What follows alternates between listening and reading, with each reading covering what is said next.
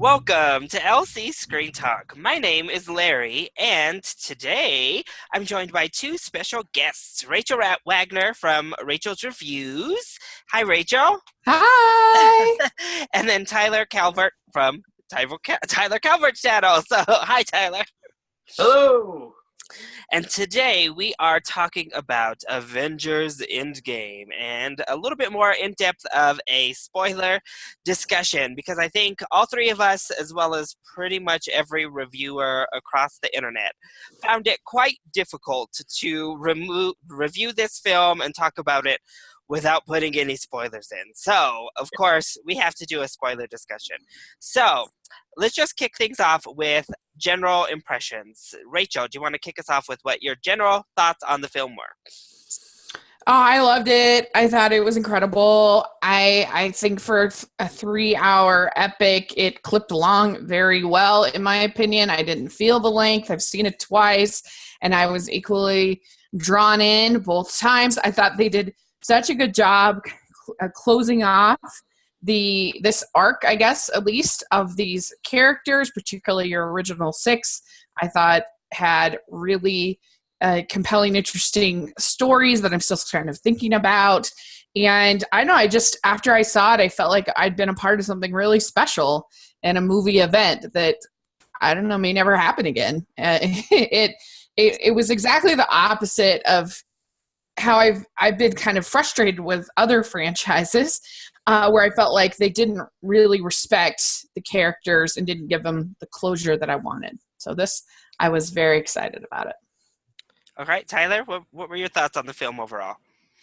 Definitely a lot of the same thoughts. I mean, 3 hours long, definitely did not feel the runtime at all. It was very well paced throughout. Also, I was just so invested in the stories. You know, it is the culmination of 22 films over 11 years. So obviously I'm going to be pretty invested in how this story actually comes to an end.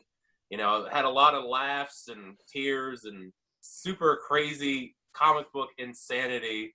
But in the end of the day, I mean, I really don't know how they're going to top something like this. Like I said that back when they did the first Avengers. Yeah. Obviously, we've come a long way. Like, oh, there's no way they can top that. But I really don't think they can top this. Like, I really don't. It's a huge event that, like, everything was almost perfect. To like everything down to the T, from its characters to the way that the storylines all ended, and you know, obviously there's new beginnings for certain other characters that we'll get into. But yeah, it was just a really exciting time.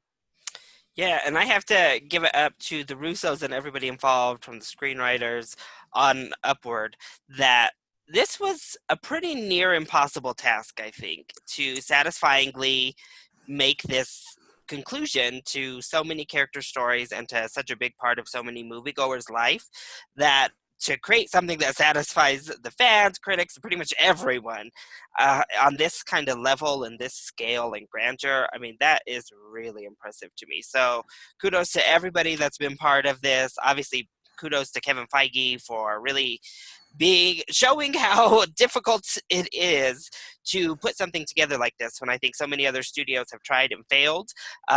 Really, his vision for the entire universe, as well as his skills as a president for Marvel Studios, is just unparalleled, really. Let's go ahead and just kick things off with talking about the beginning. So when it comes to the first act, I mentioned it in my review. Personally, I thought the first act was actually my least favorite act. I thought it started really strong with the kind of holdover from Infinity War, where we were kind of dealing with the true fallout of Infinity War. And then from there, it felt a little bit uneven. So do you all think we should have spent more time on exploring the Infinity fallout, or was it rushed? Did we not need it? How did you all feel about the Infinity War follow-up portion? I was fine with it. I thought they did a really good job of especially getting you to focus on particularly Natasha and how she was having to take over this leadership role, and getting you to really feel for her and what she'd been through, and that they built up very well that she had lost her family in losing the Avengers, and so I think that makes her decisions later on really make sense and very meaningful. Also, that you have the sort of the beginnings of the struggles with Tony, in him actually finding happiness in this dark time, and him not wanting to give that up, and how are they going to figure that out? I think you needed all of those sort of character introductions to make the final act really pay off. Yeah, definitely. Because I did think it was cool though that they did show the term. They did show how certain characters like Tony and all them actually did get back, and then they had to deal with it, and then they did the 5-year time jump. So we didn't have to spend too much time. We had a little bit of time with them, obviously in the present, and then we got a 5-year jump and see how society is adjusted to half of it being dusted for 5 years and the fallout of that. And there's therapy groups. One of the Russo brothers is in one of the therapy groups with Captain America. I thought that was a really interesting cameo. Oh my gosh. One of the Russo brothers was the guy talking in the circle group. Yeah, that was the Marvel gay representation. Yeah. Yeah. People are like, ah. That was interesting. Okay, that was supposed to be the representation. Yeah, but I'm sure we'll get more. I mean, they've made it pretty clear that they're intending to get more with heroes moving forward. Again, that's not really what this film was about. It's about the characters we've been with. No. So no big problem. It just is a weird thing. Again, I think this is a weird Disney thing maybe of putting these little tidbits out of our first ever gay this or our first ever gay that, with Beauty and the Beast, and then here. It's Disney, we would have just preferred if you didn't say anything. Don't come out here and dangle things and promote it before the film. It's just just let us, when we see it, we'll see it and that'll be it. I don't know. I think the marketing is more at fault than the film itself. Yeah. I agree. I thought it was a really sweet little moment, but when I heard that, I was like, give me a break. Okay. So I kind of wanted to structure this as, of course, talking about the big moments, but also really talking about the characters. So after we get that first point, it really is a character-driven movie. For a 3-hour film, of course, we get that huge battle at the end. But I would say I found it to be a lot more character-driven than action-driven or, big superhero fight type of deal. Well, and I think that's why it worked for me, because I'm not as big into the action. To me, the action oftentimes feels very repetitive. We've just had a scene just like this. In Infinity War, to me, the action felt repetitive, so that started to get boring for me. And I know other people love it, but for me, I prefer the more character-driven, personally. Yeah, and I think that was the right direction to go in. So we're going to talk about the man on your shirt, starting off, Rachel, and that is Tony Stark. So for me personally, I thought Tony Stark was handled the best out of any of our at least main three. Because I would argue maybe Natasha, Black Widow, was handled just as well as Tony Stark. But I thought Stark was handled very, very well. It felt very authentic right from that moment, because if you remember, obviously in Infinity War, Cap and Tony never got that phone call. They never got to reconnect. So they still haven't seen each other since the fallout of Civil War. So I was actually happy to see a pretty authentic reaction come from Tony when he first met back up with Captain America. I know probably other people might not like it, think it's crass. I don't know. They seem to not understand where Tony was even coming from at the end of Civil War, which blows my mind a little bit when his parents' deaths are involved. But I thought it was, I don't care. He killed my get mom. over it. And I'm like, so you don't just get over finding out your friend was harboring a secret about who killed your mom. But I don't know. I think it would take me a sec to get over. But in this film, I'm going to low Pepper Potts in here too, because I thought they did a really good job with her character, with Tony's character, with really establishing, as Rachel mentioned earlier, that parallel between he's still a hero, he still wants to do what's right, he knows what is right for the greater good, but what a difficult decision to give up this amazing life you've created for yourself in this alternate place. So how did you feel about Tony, Tyler? I thought it was interesting the way that time travel and all that with the stones, where they could just like don't change anything that's happened in the last 5 years, but you can change everything else. So I still get my daughter and all and Yeah. that, but everything else is back to normal. Everybody comes back.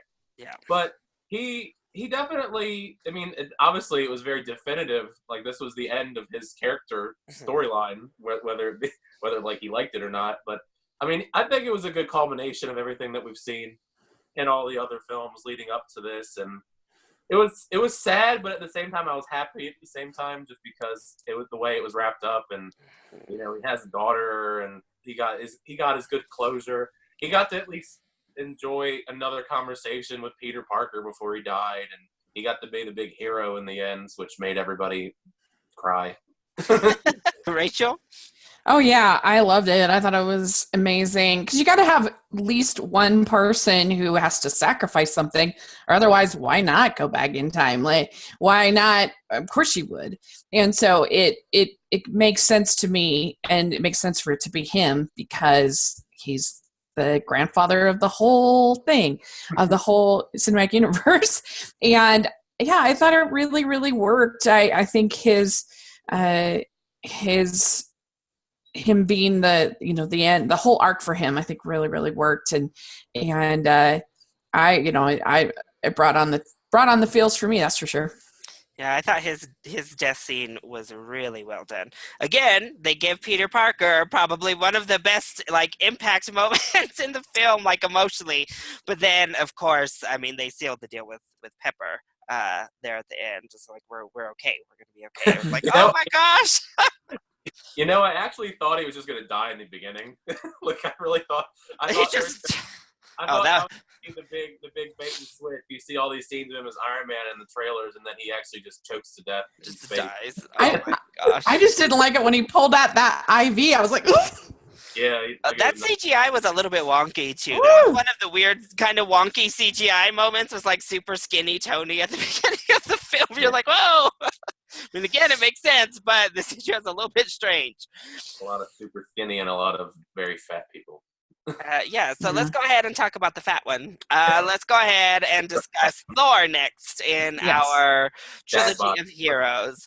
So I am one of the people who had a little bit of problems with Thor in this film. So it's not just the dad bod, it's not just him picking up weight, because whatever about that.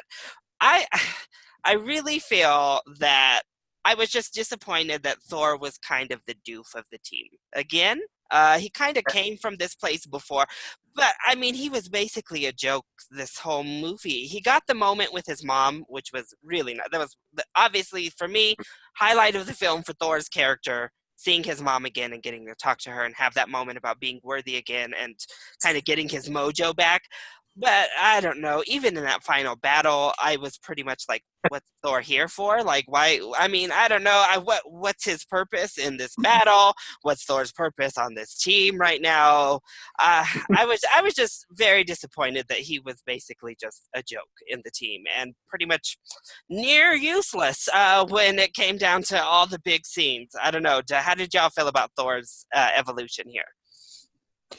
I actually think his evolution makes sense because he has responded to almost every challenge in this string of movies by becoming kind of a goof, and I think that if you were the one who killed Thanos and you were the one who saw some people, when you see all of this destruction and especially being the actual one to kill Thanos, some people would become alcoholics and would resort back into that. And some people are really goofy, silly drunks. And I think that it makes sense with his character. I mean, almost every single one of the Thor movies, when he's faced with challenges, he becomes kind of joking and he becomes kind of silly. And so I think that was his way of sort of coping with all of this. And I felt like I was kind of glad that they didn't have some kind of makeover scene where all of a sudden he's transformed. I kind of liked the fact that you had this like chubby superhero throwing down the hammer, because that I think would have been a real cliche. It was kind of cool that learned to accept kind of what he had become by the end, and having the two hammers was amazing. And I liked the fact that at the end he recognized, because I don't think that Thor has ever really been a leader. I don't think he's ever really wanted to lead Asgard. And so to me, it felt very authentic that he said to Valkyrie, they already have a king. They already have a leader. You're the one.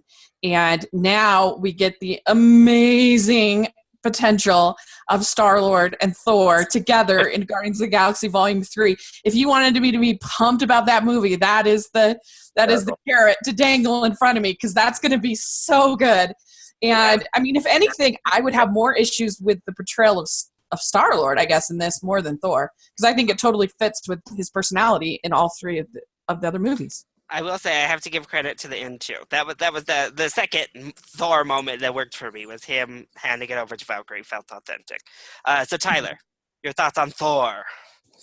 I mean, I think for the most part she covered all the bases, but I did overall like Thor as Dad Bod Thor. I thought it was funny. It was fun. It was funny for the most part, but then I did eventually figure he was gonna like get in shape. So I was kind of surprised he just never got in shape, and like the suit still fit on him when he had that epic moment where he all the lightning comes down and he's in his suit, and like his giant beard is all tied up and he has like cool buns in his hair. Like, so that was really interesting how he just like, I'm just gonna deal with it like this, like the suit. Yeah. I'm just gonna fight Thanos in my in my horrible physique that I have, and it didn't really stop him too much. I mean, he still got his ass kicked, but but everybody did. But yeah, he went through a lot of adversity. I mean, his like entire family is dead, and at least over half of, I mean, most of Asgard's gone at this point too. So he's dealing with a lot. I feel like he's definitely he's one of the characters that's dealt with the most so far in the MCU, just because obviously his mother died in Thor: The Dark World. Odin, faded into oblivion in Ragnarok. Loki died in Infinity War. I mean, I'm pretty sure he's dead. Like, there's no way he can come back. No. And then, and he's been a failure in saving everybody that he cared about. I mean, really. So it totally makes sense that he would go down this spiral. And I think it was really more, I mean, there were jokes about cheese whiz and stuff, but I think it was more he became an alcoholic than anything else. I wish he had gotten a good battle moment. Like, we got the kind of lightning moment for a second, but then quite literally the thunder was stolen from him in more ways than one, I feel like. So I was just disappointed that out of the three, he didn't get any sort of good moment in that final battle, really, at all. I mean, he got punched down and just chilled on the ground for like 90% of the fight. He was just laying there. I laughed so hard. I don't think it was intentional, but I laughed so hard at that close-up of him screaming with the lightning in his eyes. Like, yeah, like the Darth Sidious. Like, so hard at that. Yeah, so we'll see. I am very excited for Thor to be teaming up with Guardians if that continues. I mean, that was my favorite team up in Infinity War. So, again, Thor's my fave character. So maybe I was like, ugh, my favorite didn't get a good redemption. Maybe that's what that's he's the only one. He's the only one of the big three that are left. I mean, well, yeah. So yeah.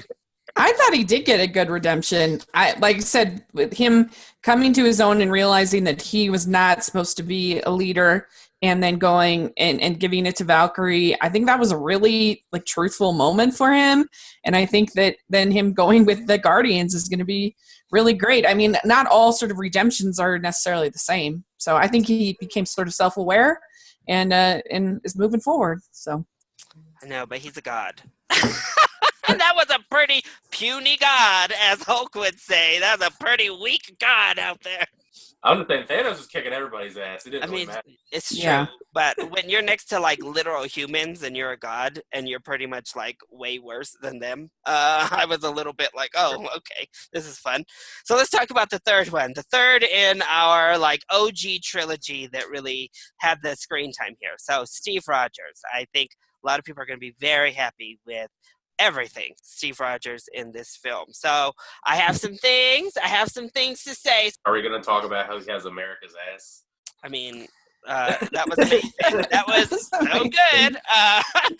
Because let's be honest, Chris Evans has not been shy about or the filmmakers, I should say, have not been shy about prominently featuring his butt.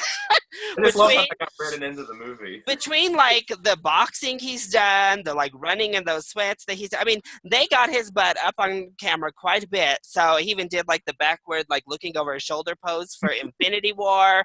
I mean, they've not made too much. So I loved that whole thing. I was like, yes. Okay, so I guess I'll just kick us off again so that you all could rebuttal anything that you might not agree with on Captain America. So for me, I thought Steve Rogers' overall arc was pretty fantastic. I really, really thought that he grew as a character in a way that was more subtle than Tony, but was still really significant and actually quite a rebirth for him as a human. I do think what happened with Tony affected him, and when he saw how it affected Tony in particular, to see it at the beginning, and that we all can't just all right, time to move on. I thought that was a really important moment for him. But obviously, as we move through the film, him also coping with failure, just doing it in more of a Steve Rogers way, was really cool to see.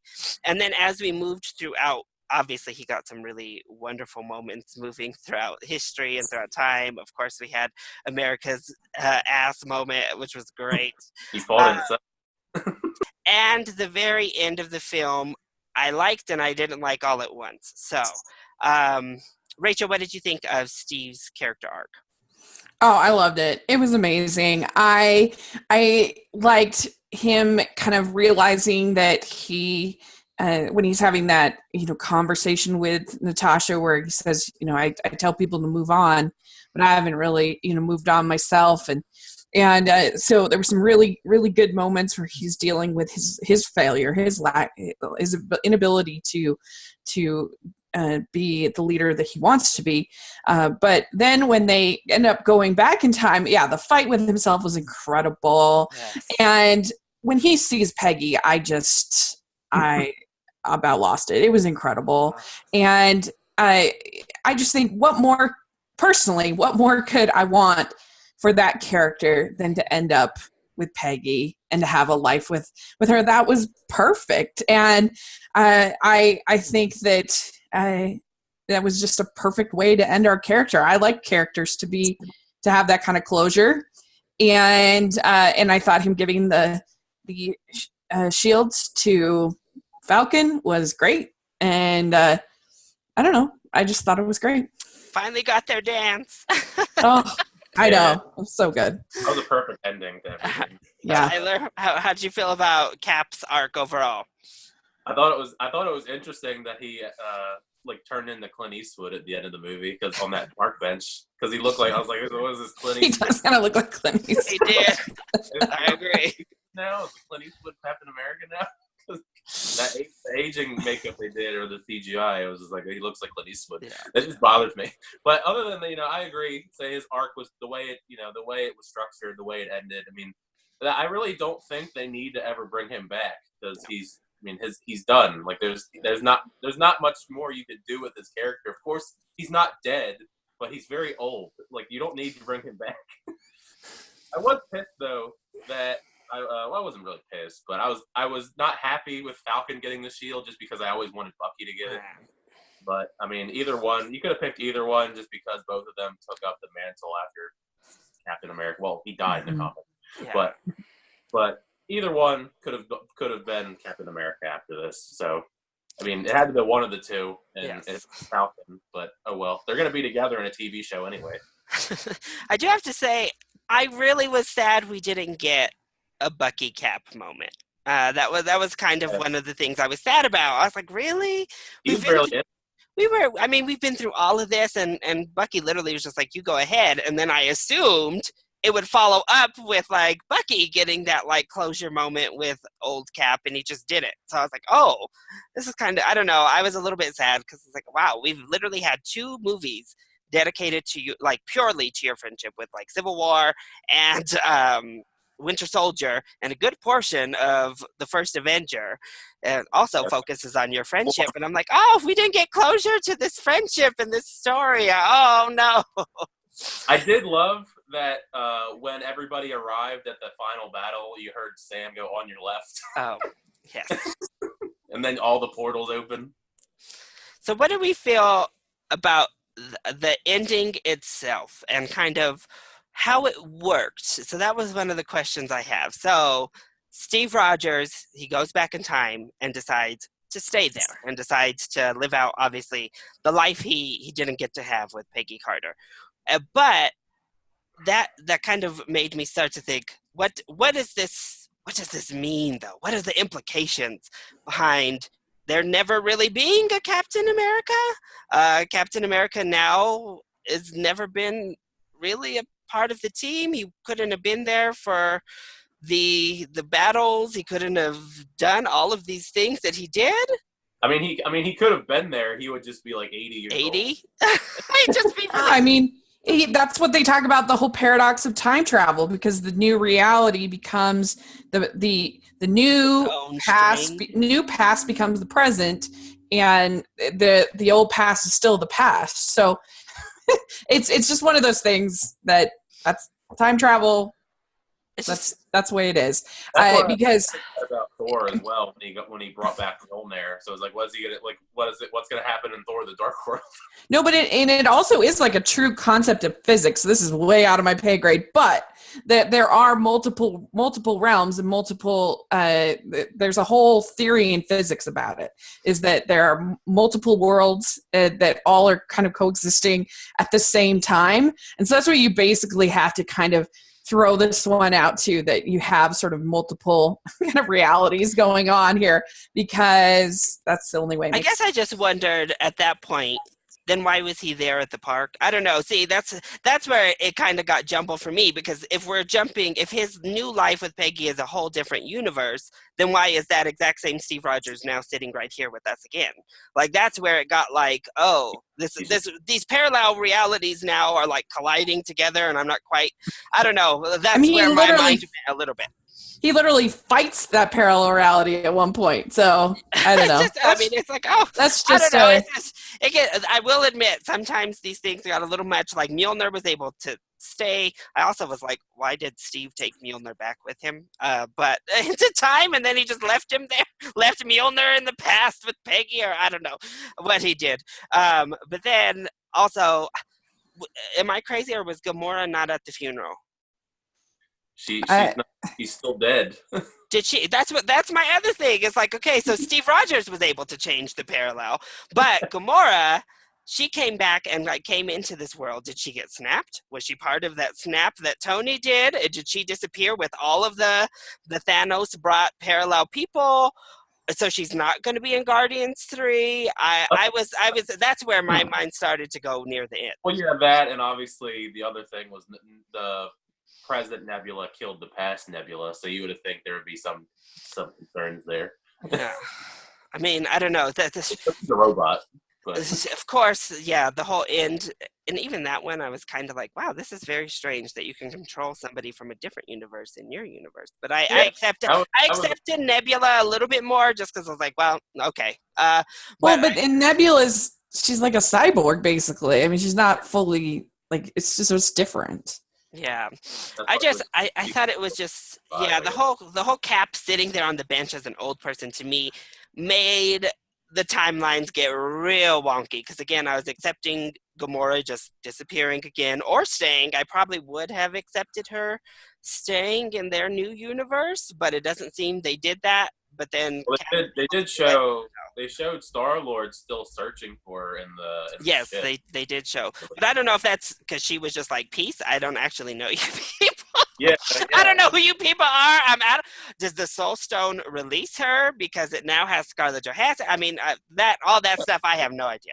I thought that was mean when Star-Lord was fighting, and then he sees Gamora again, and he thinks it's his Gamora, and then he just gets kicked in the nuts. I mean, she's also like, what are you doing? Like, who are you? Gross guy. Nasty. Don't touch me. What are you doing? But that was hilarious. It was either that or the raccoon. Yeah. Archery. Archery. Archery. Yeah. Perfect. But wait, I think sorry. they had to have him come back because otherwise he knew that everybody would just be waiting to see if he'd been able to return the stones. So I think that's why he had to come back. Yeah, we needed a moment of closure that, like, oh. Otherwise, he could have just stayed, and that would have been, like, as far as the rules of time travel, he could have just stayed. But I think that's why he decided to come back, was because he knew that they needed to know that he had done his job. I initially thought, just because I'm just one of those people that overthink things. Yeah, I thought me too. Clearly. I thought he was just gonna get stuck, and there would be like, oh no, what happened to Captain America at some point in time? We gotta go get him. Let's just say that would have been the absolute worst route to go. I would have. Oh God. Yeah, that would have. God, they did not do that. Oh, you thought this was the last one, but we gotta go find Cap in the next one. No, that would have been. Oh God, I would have been so mad. It would just be the way of being like, oh, Captain America, Chris Evans isn't going to come back for a while. So maybe he'll come back eventually. He's not dead. He would just be stuck somewhere in the universe of time travel sometime in some place. But they didn't do that. They just showed Clint Eastwood on a bench. So how did you all feel about Black Widow and Hawkeye, since they were kind of linked in this film, obviously, with the whole sacrificing moment? What did you think about their character arcs and the ultimate sacrifice that ended up happening? Tyler, you could kick us off. The thing that's bothered me since I saw the movie is, like, I really feel like there should have been some repercussion for Hawkeye going on a murdering spree for 5 years. They just, like, he just was on a murdering spree for 5 years, and they just fully accepted him open arms because they needed him. He was killing cartel members and Japanese mafia people. He full on skewered that guy in front of Black Widow, and it's like, okay, well, I guess I'm good now, and now I'm gonna be helping you guys fix everything after I killed who knows hundreds of people over the last 5 years. I think that's fair. I agree with that. But I did love the fact that in the end, almost everybody is saved by somebody who has no superpowers at all. The fact that it was, because it wouldn't have been as good if it had been Hawkeye's sacrifice, in my opinion, because he would have been doing it for his family.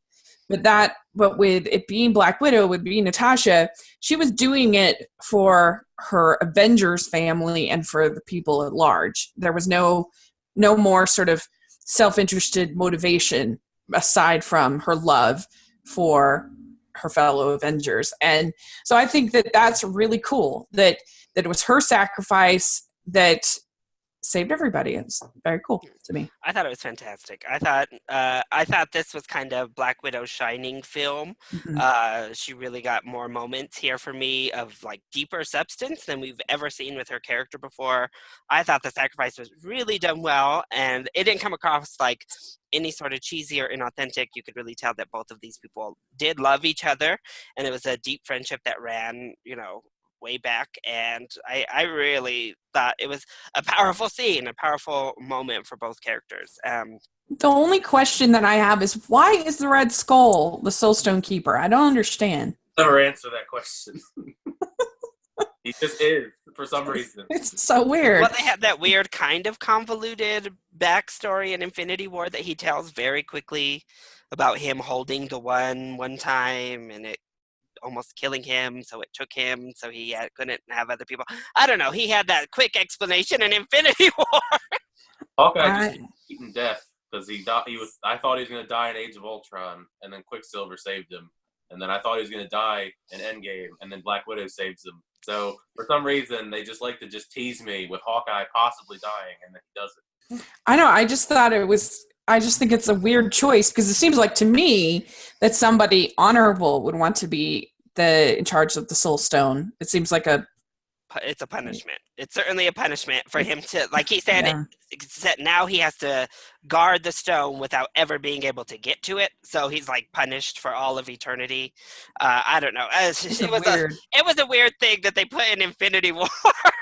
That Red Skull soul now is guarding the soul stone, or I guess guiding to the soul stone. And it's not Hugo Weaving anymore. And it's not Hugo Weaving. It's some other guy in the same makeup. Because at first, when I first saw Infinity War back, last year, I was like, how the heck did he come back? I thought Hugo Weaving hated They did a really good job of like replicating Hugo Weaving's look from the first Avenger. Why did he come back? But I did like that in this movie. They brought back so many characters I didn't expect them to over the course of the MCU. It was so fun.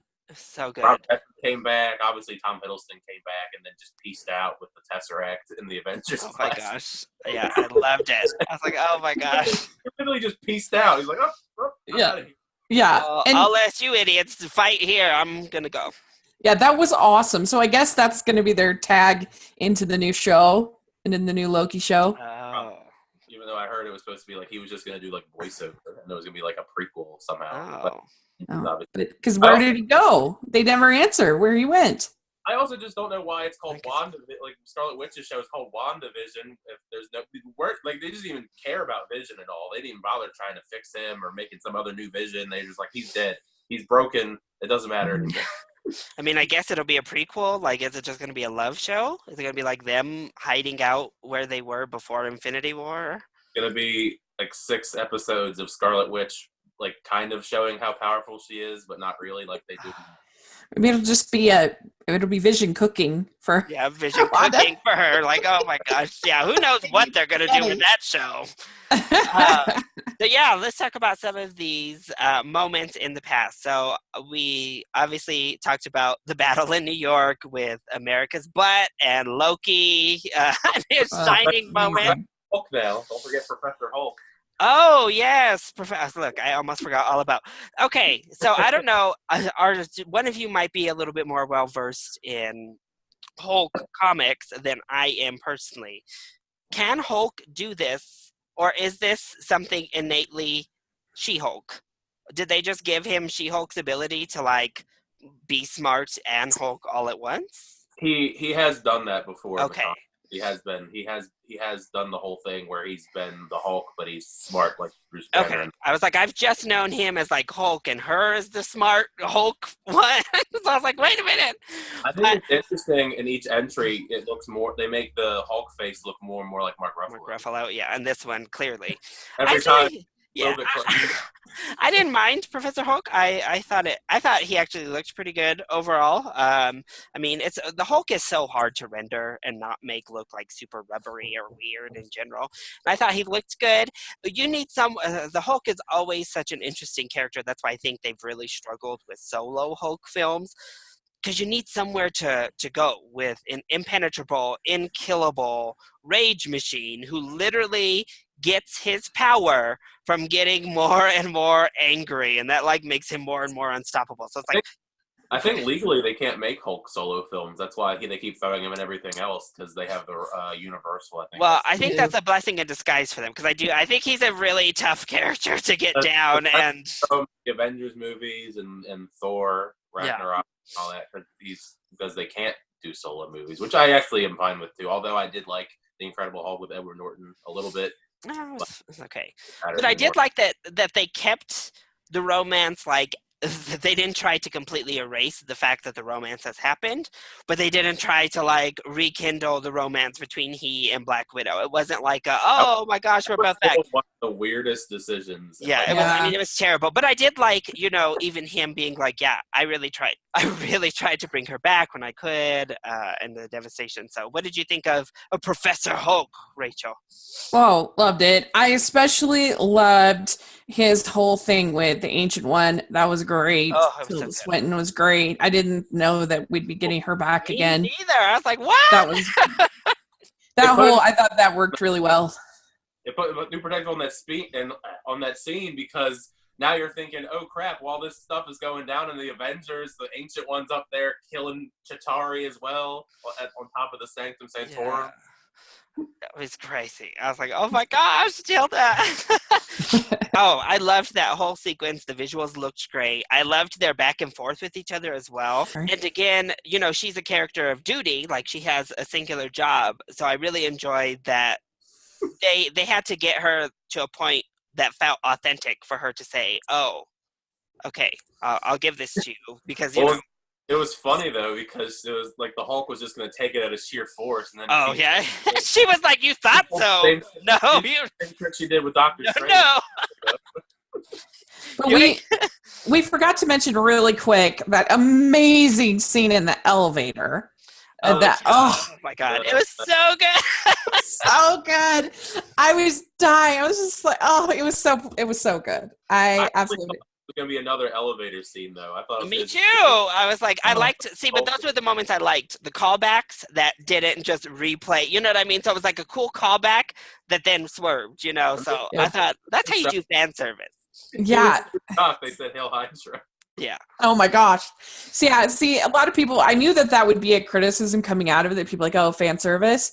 But I thought it all worked, building the plot and the story and our characters. And who knew that, like, Thor the Dark World would become so important in the whole Avengers story?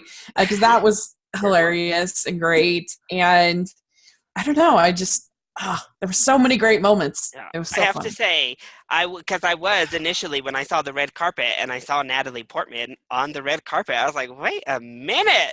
That wasn't her filming anything new, was it? In the like 2 seconds we saw her face? That had to have just been footage from Thor the Dark World. It was funny to me how they framed that scene so it looked like Rocket Raccoon was going to go like serial killer on like, oh my goodness.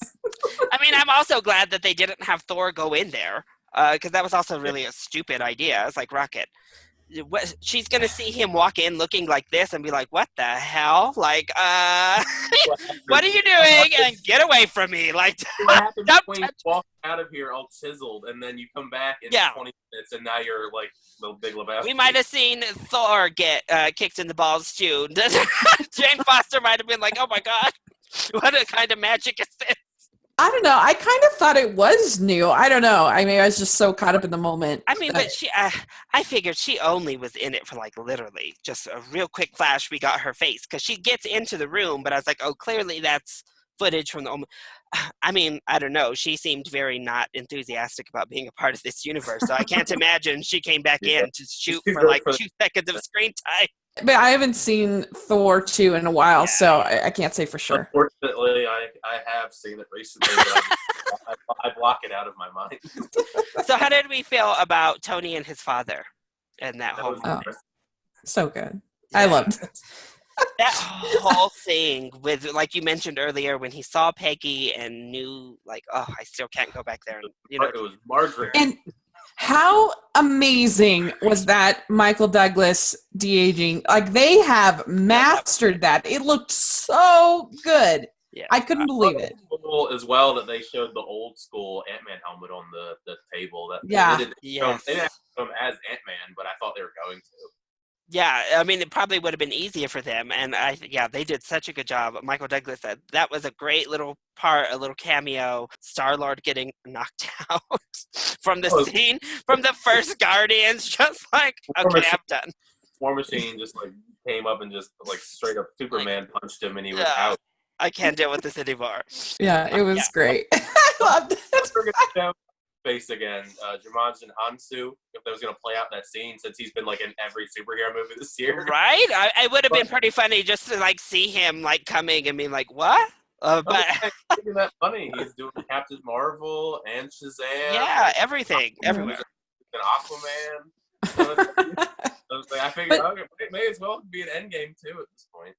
But because one of the things that didn't work for me about Infinity War was I couldn't get emotional about something that I knew wasn't going to last. Like, it just all felt so phony to me that it didn't work for me. I mean, I didn't hate the movie, but I don't know. It just felt like I felt very manipulated because I knew for sure that it was all going to be undone. And I said at the time, I'm like, just wait. They're going to undo every single death that happens in this movie, including Loki. And then sure enough, they did, but I somehow liked it. I don't know. I think it's because they weren't like permanent undo. I don't know. They did it in a very smart way. I definitely agree with you there. They didn't just grab the time stone, use the time stone to go back in time and stop it from happening. It was done in such a more sophisticated and satisfying way. They were like steps. Yeah. Yeah.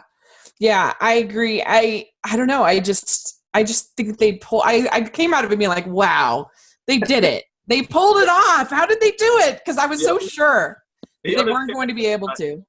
about that whole scene is I laughed so hard at the Hulk having to take the stairs. Oh, yeah. That was so good. I also like that it came back to play into the scene too. Like it felt authentic again of Tony being like, "What? Oh." Yeah, so let's talk about that final battle. The big final battle. Obviously, old Nebula comes back. She, infiltrates the group, brings Thanos. All it took was a different little plate on her head, and then they just figured she was the same one. Yeah, well, I don't know if they don't know what to think of Nebula. I don't think they focus too much on her head. They're like, "Oh, robot girl is over there doing this." First of all, okay, let's talk about this. This is where I start to get fishy again. I'm not going to lie. So Tony's handmade gauntlet made me think, I guess maybe it's not as strong as the one built by the dwarves, because it almost made me think, what was the point of the dwarf thing? Like, why did Thanos go to this dwarf planet to get the one gauntlet that could harness the power of the 6 stones, when all along Tony Stark could make it himself? Like, it kind of was weird to me. I don't know. Was to show how powerful Thor is, because he took on the heart of a dying star. Like it was nothing. So, I don't know. I thought that was a little bit strange. But I will say this, like, just spinning off of that. I'm glad, this sounds real callous. I'm glad it killed Tony. I'm glad him actually using that, harnessing the power and using that snap. I was preparing myself to get angry because I was like, that's too much. If this does not kill Tony Stark for doing this, I don't know what we're doing here, honestly. But I'm so glad they followed through. The Hulk, because the Hulk said, like, it's a lot of gamma radiation. Yeah, that's why I have to do it, and it put him in like an arm cast from the rest of the movie because he couldn't. Do it. It took a lot out of him. He was all fried. Just like how Thanos looked horrible when they show up and chop his head off in the beginning of the movie. Yeah. Well, and I loved the way they did that whole ending with, you have them, did it work? The question, like, did it work? And then with Hawkeye seeing the call from his wife, and then the explosions, and then I felt like it was just going. Who's got the and I love the fact that it was like a game of capture the flag with the the gauntlet. It was so fun. I'm like, ooh, who is it now? Like Peter had it for a while, and then T'Challa had it. Thor had it. It was great. I really thought that when Thanos just rained down immediately on the Avengers base, that some of those people were dead, especially Ant-Man. I thought Ant-Man was done. When they showed he was at that window, and then just giant fireballs just raining down, and they just show the whole room explode. I was like, oh yeah, he's dead. They just killed off Ant-Man. There's no more Ant-Man, but he survived. Yeah, I loved it too. I loved that they didn't. What I loved about that, Rachel, is that we got the moment where we knew as an audience it worked, and Hawkeye knew, but he hadn't gotten the chance to really tell anybody else. So even once they're out on that battlefield, until you see that, like, Doctor Strange moment, nobody knows. Oh, that was so good. They think like, oh shoot, okay, we can't do this, and what are we gonna do? Let's do it. And then you get that moment, and how do you not just cheer and smile when you see them coming through? It was amazing. I just about lost it. It was so great. So good. And then all the little fight scenes. I know some people were like, kind of didn't like the fact they had the girl power scene, but personally, what's that? It was there was like a setup for like the A-Force from the comics. Right. And I don't know. I don't think it's any worse than in Return of the King, the I am no man, sort of moment. Like, it's a battle scene. I'm fine with it. It was fun. I thought it was harmless and enjoyable. And, some people have also said, well, boy, that was really violent that Peter did the kill setting or whatever. And I'm like, it was a battle. He was fighting for his life. Like, what? Of course he's going to do monsters, like against space beast monsters, not humans even. Like, come on, people. Killing a lot of them, too. Like, what's the point in having a setting if you're not even going to use it when Thanos and his minions are attacking you? Of course he is.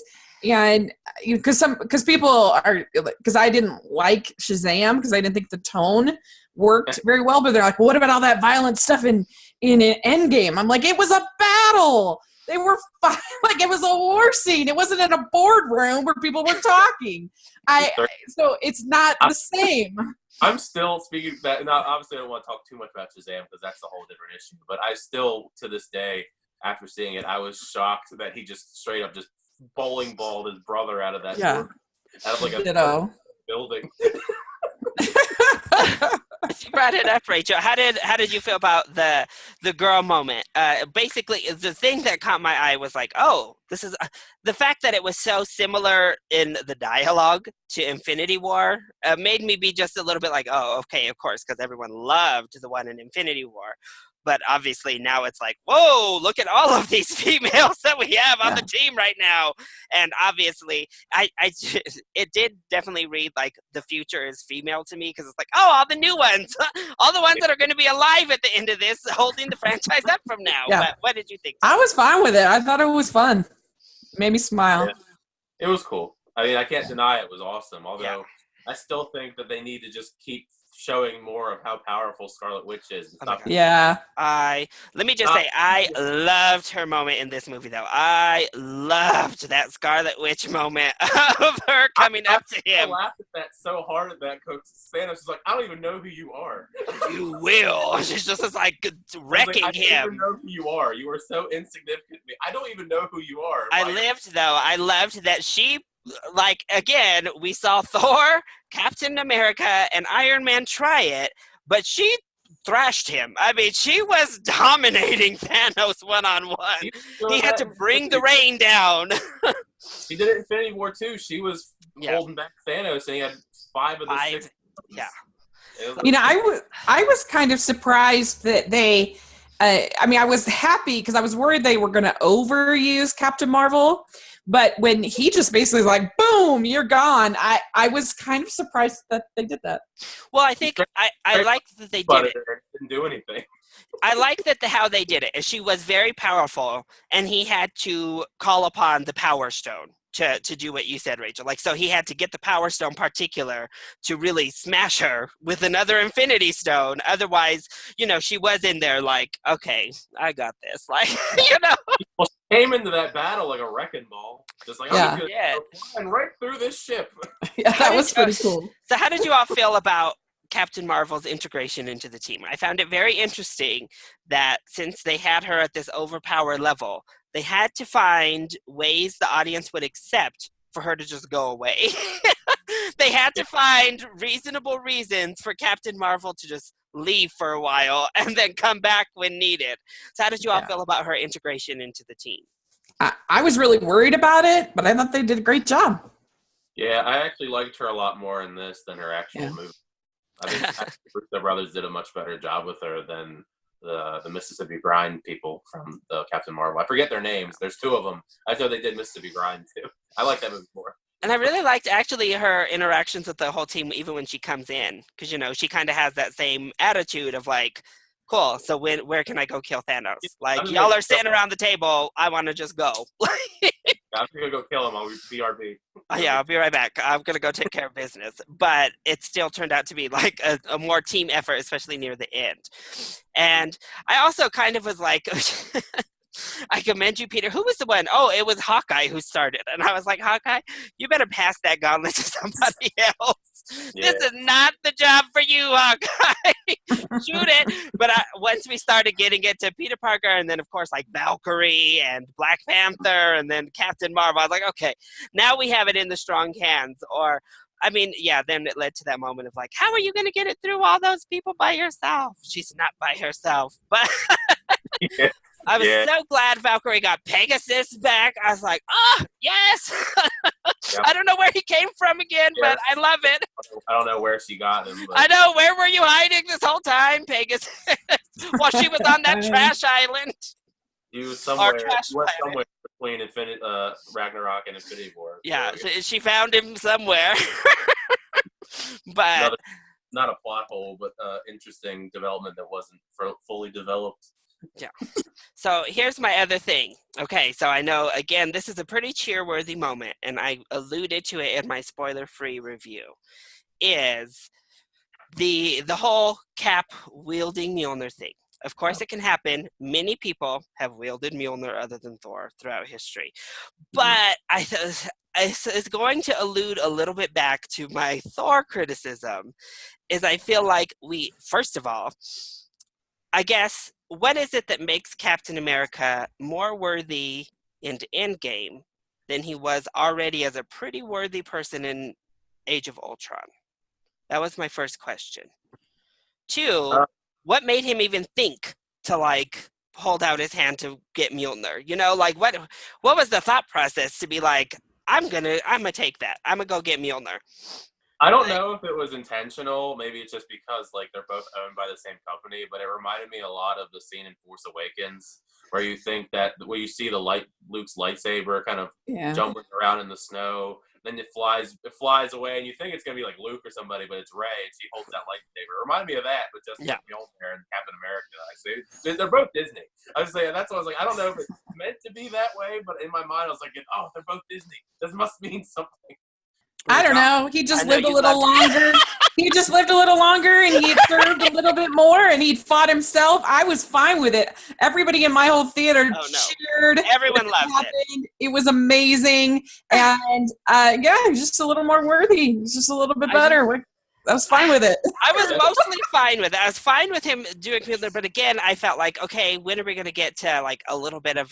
That's where I was like, okay, when is Thor going to get to like actually do something again? Because now his one contribution to the team has literally been taken from him. So now I love that moment though, because you see he wields Mjolnir, and Thor's like, I knew it.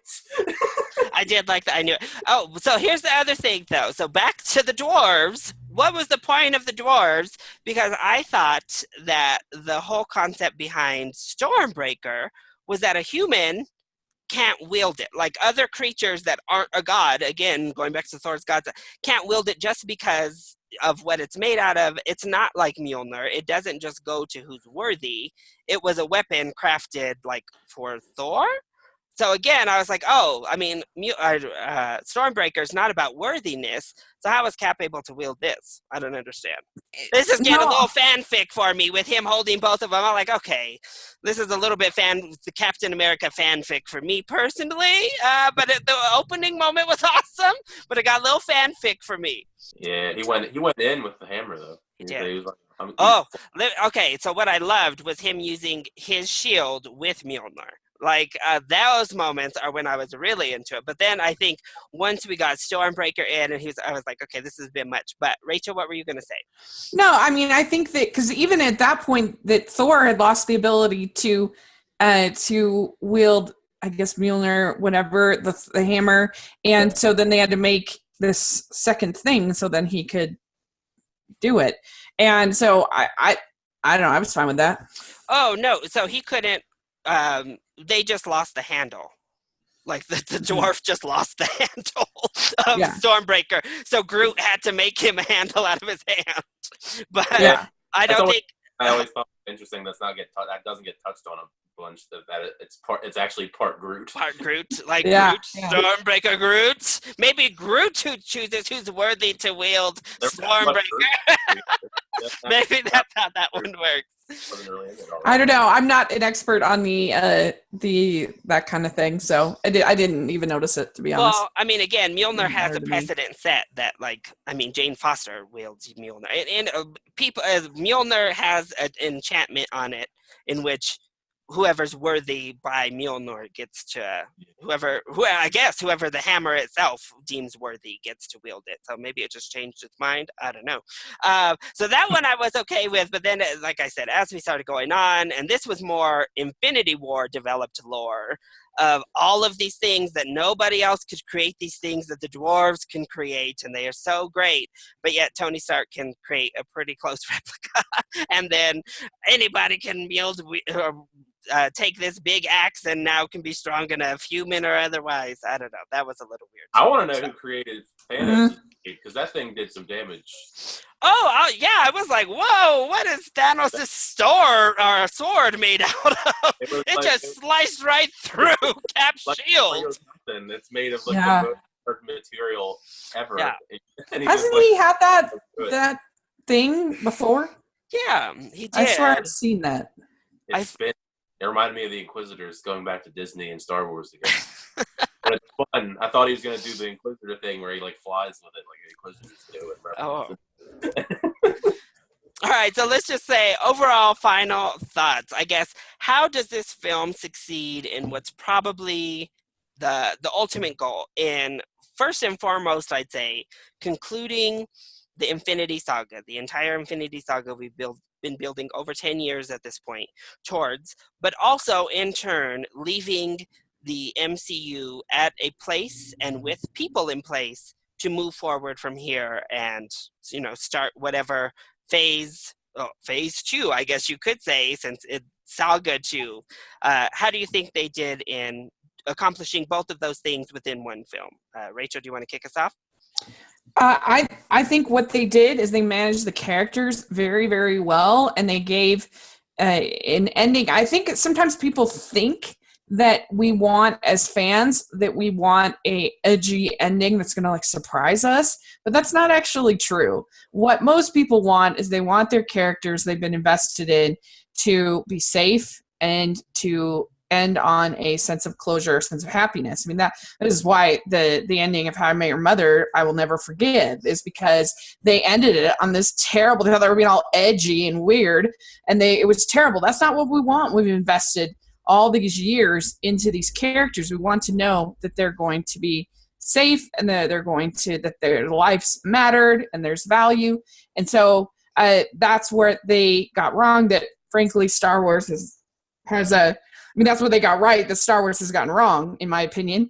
And I just thought that it had so many fun moments that made me smile. I was laughing, crying. It had every emotion that you could want. I thought the pacing was way better than in Infinity War, personally, because it just felt like one action scene after one action scene after one action scene. To me, this was much more interesting and varied and unpredictable, and I just really enjoyed it, and I can't wait to see it again. All right, Tyler. Yeah, I completely agree. It's the pacing is astounding. I mean, it's a 3-hour-long movie, and it's basically a comic book epic.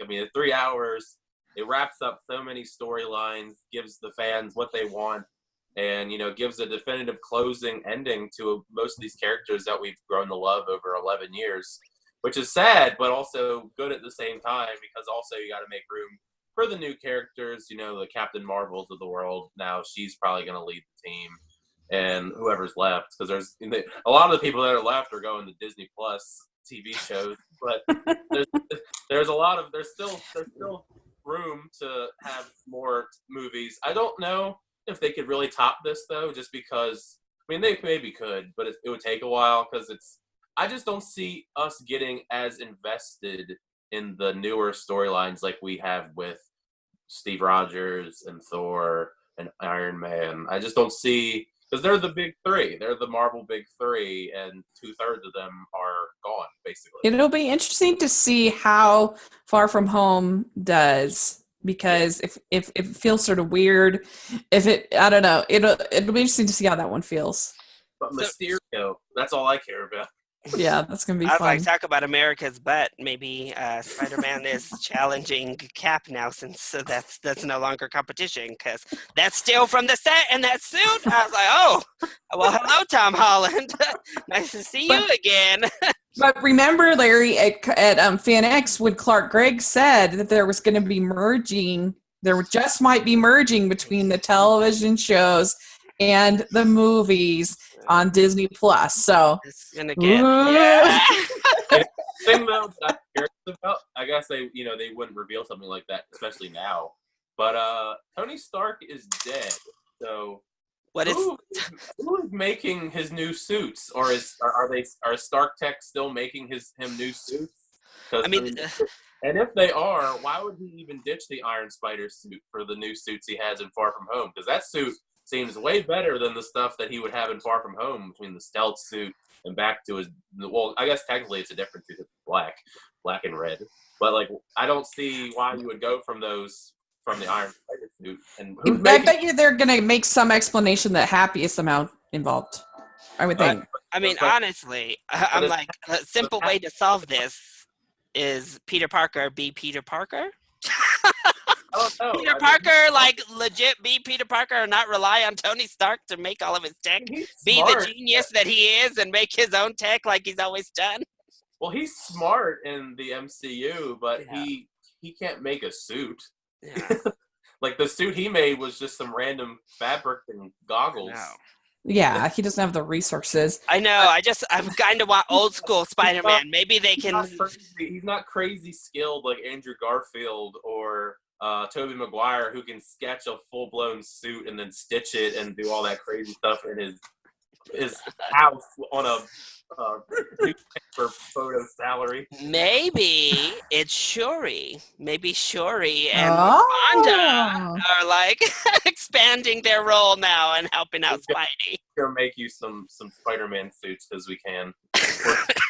We're sorry that Tony Stark died, so now Shuri's gonna take over making all the suits. So wait, no, but I'm positive it's gonna be Happy. He's gonna be coordinating all of that. It just makes sense. Aren't we all just so grateful that those... Or Pepper Potts. It could be Pepper. Yeah, it could be Pepper. I mean, I guess depending on how they take Pepper moving forward, or is she just going to be like, peace out, I got my girl, this is all too much? I thought that was interesting how she even had a suit. So, I mean, it was cool she showed up. It was like, okay. Well, she has a suit in Iron Man 3. Yeah, but like, She takes full over on, his. like, just shows up at the end with the I think it's Rescue. I think it's what it's called. Rescue, the Rescue armor, and then she just there's this odd amazing. Wait, okay, sorry, quick thing. Did it bother anybody else? This was the biggest CGI bother for me, was when they were in those suits, the like new tan ones, that they weren't wearing like an actual helmet. The Quantum Realm suits? Yeah, the Quantum Realm suits, like especially the first time that Paul Rudd is in there, it is so obviously his face CGI. I was like, what are we doing? Like, it took me a second to convince myself, like, to realize that the suits themselves weren't CGI, because I was like, oh god, did they completely CG? Are we going full-on Green Lantern floating head here? They didn't. They hashed the suits on, but I was like, oh gosh, I don't like this like little CGI, and it looked like the Hulk in the Hulkbuster, or Mark Ruffalo in the Hulkbuster to me. That was really bad. I mean, it was a little bit better than that, but not too much for me. I don't know. Did anyone else notice? But the whole baby sequence was hilarious. Oh my god, no, that was great. The whole sequence of him going back. It was just the actual members. Baby me, old me, or me right now. Somebody peed in here. I don't know who it was. But do either of you know, is Far From Home after this? Supposedly. Okay, good. Yeah, it has to be. It has to be. I mean, his friend is... But I didn't know how they were marketing it, because Nick Fury and Peter Parker were in there, so I didn't know if they were trying to market it, like make it so vague that you didn't know where this took place in the timeline, or if they just... clearly, or if they just we all know we're not idiots that Spider-Man's not dead, and we're just going to market it and go with it. Yeah, that's a Sony thing. That's more of a Sony thing than a Marvel. But I do like that it looks like it is going to be a pretty authentic follow-up, though, because it would make sense for Peter Parker to now, because I like that we showed him go back into the school for him to be like, I need to get away from this for a minute. I just want to have fun. I don't want to be Spider-Man right now. Like that, you just came off of a traumatic, crazy event. I would also be like, can I just take a vacation to France?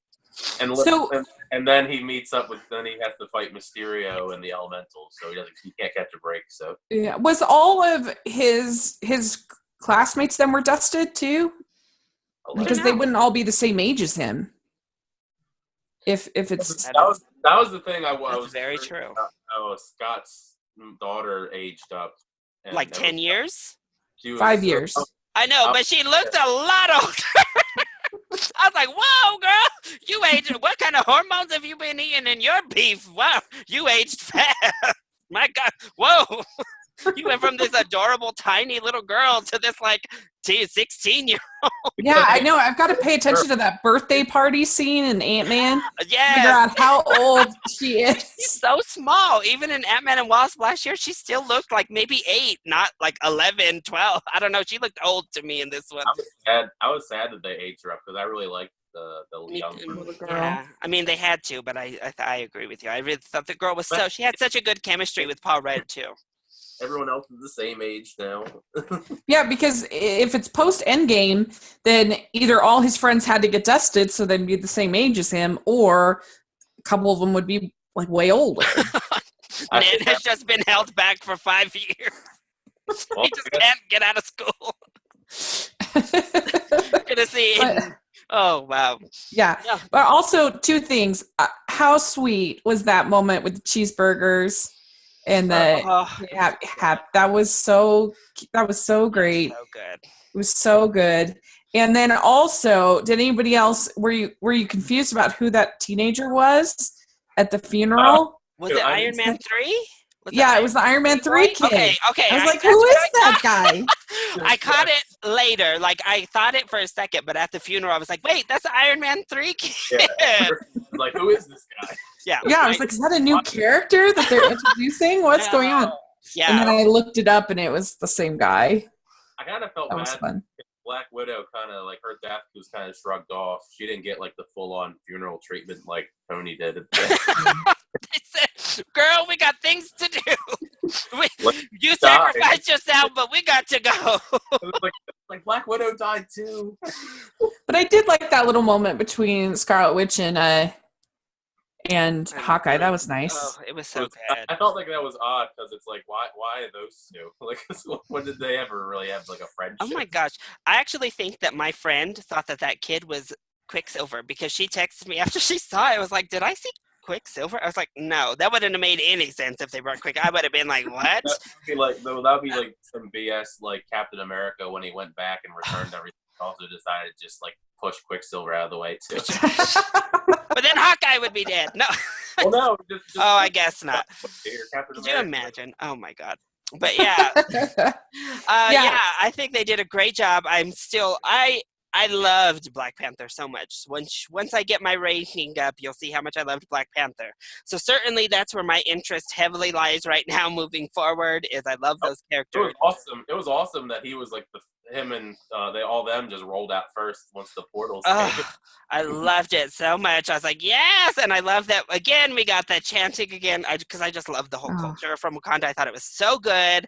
It was like, that's the thing, because I felt some parts were not necessarily fan service, but fan fiction. And that's where I got a little bit crazy, as you heard in this. But I think any sort of fan service moment, they handled perfect. I had no problem with any of the fan service moments because, as I said, they brought up the fan service, but it was all essential and weaved into the story.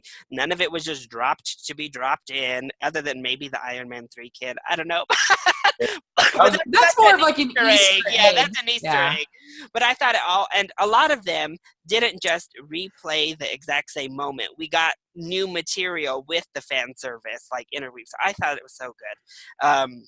And in that, I think they did, back to the overall question, I thought they did an amazing job of really concluding these stories. But as I said, really introducing us, I love Carol Danvers' new little haircut. I was like, yes, just give us a little mohawk. We don't need you to like weirdly funnel it into the mohawk formation.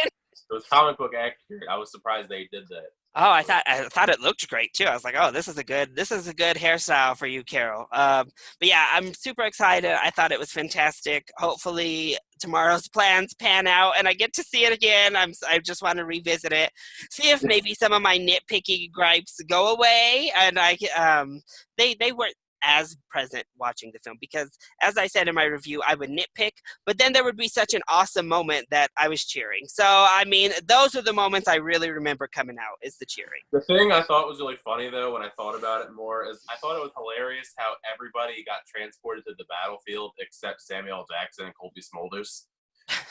They just did. They just show up. They just show up at the funeral, but like you didn't do anything. Oh, yeah. No, they didn't do it. Well, I think probably because they were like somewhere in New York, it looked like, when They're everyone was human. getting dusted. Hawkeye's human. He didn't care. Yeah, well. He has arrows and a sword. Like he doesn't have superpowers. Yeah. Yeah, so again, thank you both so much for doing this spoiler review with me. I really had a blast talking through Avengers Endgame with both of you. And everybody out there, I hope you also had a blast getting to delve a little bit deeper into these spoilers, listening to us discuss it, and definitely leave your thoughts and opinions respectfully, if you can. That would be appreciated. In the comment section down below. If you've seen the film, we would love to discuss this with you all. So let's go ahead.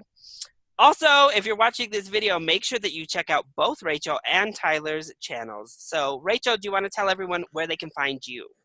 Yes, you can find me at Rachel's Reviews all over social media and on iTunes and on YouTube, and also at the Hallmarkies podcast. And Tyler, where can everyone hunt you down? Well, I mean, if you want to hunt me down, that's cool. But on YouTube, it's just my name. I'm very simple with usernames and all that. So if you just look up Tyler Calvert on YouTube, I am the one with the big orange icon with my face in it. I'm that one. I chose orange. I thought it would make me stand out. I like to think it does, but I don't know if it really does. Perfect. And if you are watching this and enjoyed this video, make sure to hit that like button down below and subscribe to this channel while you're here so that you are always up to date on our latest videos. I love you all so much for your continued support. Mwah! Thank you for watching, and I'll see you all next time. Bye. Bye.